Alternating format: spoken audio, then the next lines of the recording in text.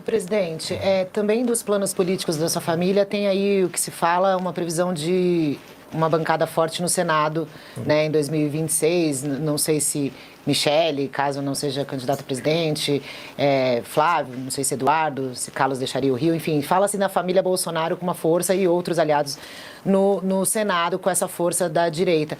O senhor acha que o objetivo tem que ser ter uma forte bancada no Senado para discutir, por exemplo, impeachment de ministros do Supremo? Olha, o meu trabalho para uma bancada forte no Senado era para equilibrar o jogo. Você não viu perseguindo ninguém no meu governo. Ninguém. Uma abrindo inquérito contra quem quer que seja para ir atrás desse cara. O contrário agora. Eu até estava buscando aqui o nome aqui do delegado que fez o inquérito do Adélio. Tá? Ele tem nome, né? Esse prezado delegado aí, que é o Rodrigo Moraes Fernandes, que chegou à conclusão que o Adélio foi o lobo solitário. Tão logo o Lula assumiu, ele foi ser o diretor de inteligência da Polícia Federal. E a imprensa mesmo disse, em certo momento, que o grande trabalho dele na diretoria de inteligência era os inquéritos do Bolsonaro. É arranjar uma maneira de me tirar de combate via lawfare, né? Para sempre. E ele agora começou aí, não sei, algum problema aconteceu, ele está em Londres. O senhor acha que a Polícia Federal está aparelhada? É isso que o senhor está dizendo? Eu não tenho que generalizar a Polícia Federal. Uma parcela da Polícia Federal está aparelhada. Não tenho Mas aí o senhor incorpora ao governo atual uma crítica que se fazia ao seu, né? Dizia-se lá atrás que o senhor tinha trocado vários superintendentes. O Sérgio Moro saiu do seu governo com esse argumento, né? Saiu chutando a porta, dizendo, não, querem interferir no trabalho da Polícia Federal e eu não admito e tal. Aí o senhor está replicando uma crítica que se fazia à sua gestão. O Sérgio Moro falou que, numa reunião que eu fiz com o ministro, estava a prova da interferência. Isso foi para o Supremo Tribunal Federal. Eu gravava as reuniões, pegava ali o chip, pegava alguns melhores momentos e o ministro de outro para a gente poder divulgar. Eu podia ter destruído esse chip, que não tem obrigação de uma reunião de ministro divulgar por aí. Bem, daí o ministro, Celso de Mello, determinou que eu entregasse o chip. Eu entreguei e pedi para ele que 50 segundos, a tal momento não fosse divulgado para não termos um problema diplomático. Ele aceitou e foi divulgado, até que apareceram 29 palavrões. E foi comprovado que não tinha interferência nenhuma minha junto à Polícia Federal. O meu erro foi dar de porteira fechada o Ministério da Justiça para o Sérgio Moro. Ele tinha a pretensão dele, né? Ser ministro supremo, ser candidato a presidente, nada louvável, justo. O senhor tinha feito um compromisso com ele? Não, esse compromisso de supremo, não. Paulo Guedes não tinha, quando convidou, assumido nenhum tipo de compromisso? Com o Moro? Não, se teve. Que a intermediação foi feita pelo Paulo Guedes. Quem levou o Moro em casa foi o Paulo Guedes. Apesar de ele ter me ignorado uma vez no aeroporto, o ministro Moro, depois eu estava, se eu não me engano, no Parnaíba, no Piauí, me ligou o Moro e se desculpou naquele momento que eu fui falar com ele no aeroporto, ele me ignorou. Apesar disso tudo, eu achava que ele poderia realmente ter um excelente trabalho. Fez em parte um excelente trabalho. Por exemplo, não foi dele a decisão, né?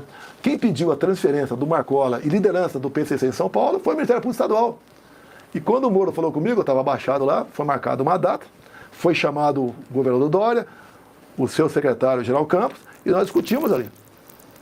Falei, pode ter um salve no dia seguinte e matarem aqui um montão de policiais, como aconteceu em 2006, se eu não me engano. Lamentavelmente, alguém errou a corda e no dia seguinte divulgou isso aí. Mas fizemos a transferência. Esse trabalho do Moro, eu não vou negar, foi o Moro que fez trabalho aqui, ajudou a diminuir a violência. Entre erros e acertos, o senhor acha que foi... Não, foi mais acerto. Não vou dar uma demagogia aqui. O Moro foi mais acerto do que erro. Agora, essa coisa do aparelhamento da Polícia Federal, o senhor se dava também com o Procurador-Geral Paulo Gonet. O senhor teve com ele. A sua base de apoio no Senado aprovou o nome do Paulo Gonet para Procurador-Geral da República. E ele... Não, estamos falando do Gonet agora. E o Paulo Gonet, ele referendou todo o trabalho que veio da Polícia Federal. Até avançou em alguns tópicos, né? Portanto, essa coisa de aparelhamento da Polícia Federal estaria aparelhada também a Procuradoria-Geral da República? Olha, nós fomos ver ex-presidentes, você vê que esse cargo, PGR, é importantíssimo. Quem esteve comigo foi o Aras. Isso. Você não vê perseguindo ninguém também. Agora, me surpreende, Paulo Gonet, quando ele fala do punhal verde e amarelo, que eu tomei conhecimento e aqueci. Baseado no quê? Nos autos. Não foi. Foi algum assessor dele, ou ele, não sei. A gente fica chateado com isso aí. Agora, o Gonê sempre teve uma fama de uma excelente pessoa dentro do Ministério Público. E lá nós sabemos que, em grande parte, é a pessoa mais de esquerda. Então, o Paulo Gonê não tinha por que ser reprovado, né, ajudado a ser reprovado pela base que me defendia lá dentro. Eu dei um sinal verde para ele. E agora? Agora chegou a hora, que a gente diz, da onça beber água, né? Quando há pequenos indícios, geralmente o PGR dá para ser favorável para que a investigação prossiga. Agora chegou a hora do PGR apontar crimes com provas que eu teria cometido. E aqui eu já falei para você, como é que eu tive conhecimento do punhal verde e amarelo e aqueci? Vai ter que mostrar em qual página está aquilo. Qual foi, por que estou sendo acusado de depredação de patrimônio se eu estava lá nos Estados Unidos? Qual é a minha ligação com o pessoal que estava aqui, se centenas de telefones dos aprisionados aqui foi revirado o telefone do pessoal, não tem nenhuma ligação minha para ninguém. Muito pelo contrário, tem mais de 30 mensagens da BIM para o G. Dias. Olha o G. Dias. Quando estourou o Rio de Janeiro, só apareceu uma imagem, uma pessoa magra, né, uma pessoa magra, derrubando o relógio, com uma camiseta minha, não apareceu mais nada. Logo em seguida, alguns dias depois, veio uma parte via CNN, mostrando ali que o G. Dias passeando entre terríveis terroristas. Tanto é que a imprensa mudou de terrorista passou a ser golpista. Pipoqueiro, sorveteiro, morador de rua. O senhor não acha grave o que aconteceu com os prédios públicos no 8 de janeiro? É grave você depredar qualquer coisa ou invadir qualquer coisa. Quem fez isso, se responsabilize. Agora, chamar a Débora de golpista, não tem cabimento. Não tem cabimento. Essas pessoas que acabei de ler aqui agora, não tem cabimento. A própria F concluiu que não houve um lucro financeiro. Eu fui acusado, eu peguei mais ou menos 700 mil reais que tinha no Banco do Brasil, todas as minhas economias, no BB, transferi para o BB América em dólar. Eu fui acusado de levar dinheiro para os Estados Unidos para dar golpe. Dá para sustentar 3 minutos de golpe. E não seria dentro de um país como é os Estados Unidos, tem que ser um paraíso fiscal. Chegar a esse ponto de investigar, botar de perna para o ar, a vida financeira de um sobrinho meu que tem uma loteria esportiva em Eldorado Paulista.